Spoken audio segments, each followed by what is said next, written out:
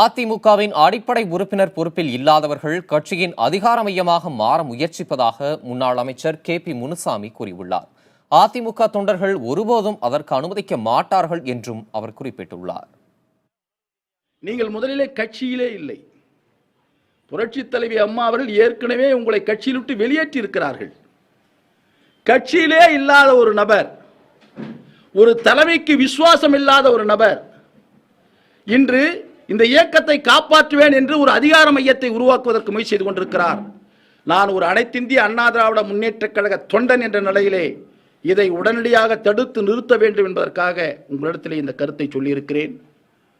இந்த கருத்து நான் ஒருவனுடைய கருத்து மட்டுமல்ல, என்னை போன்ற லட்சக்கணக்கான அனைத்திந்திய அண்ணா திராவிட முன்னேற்றக் கழக தொண்டர்களின் கருத்து.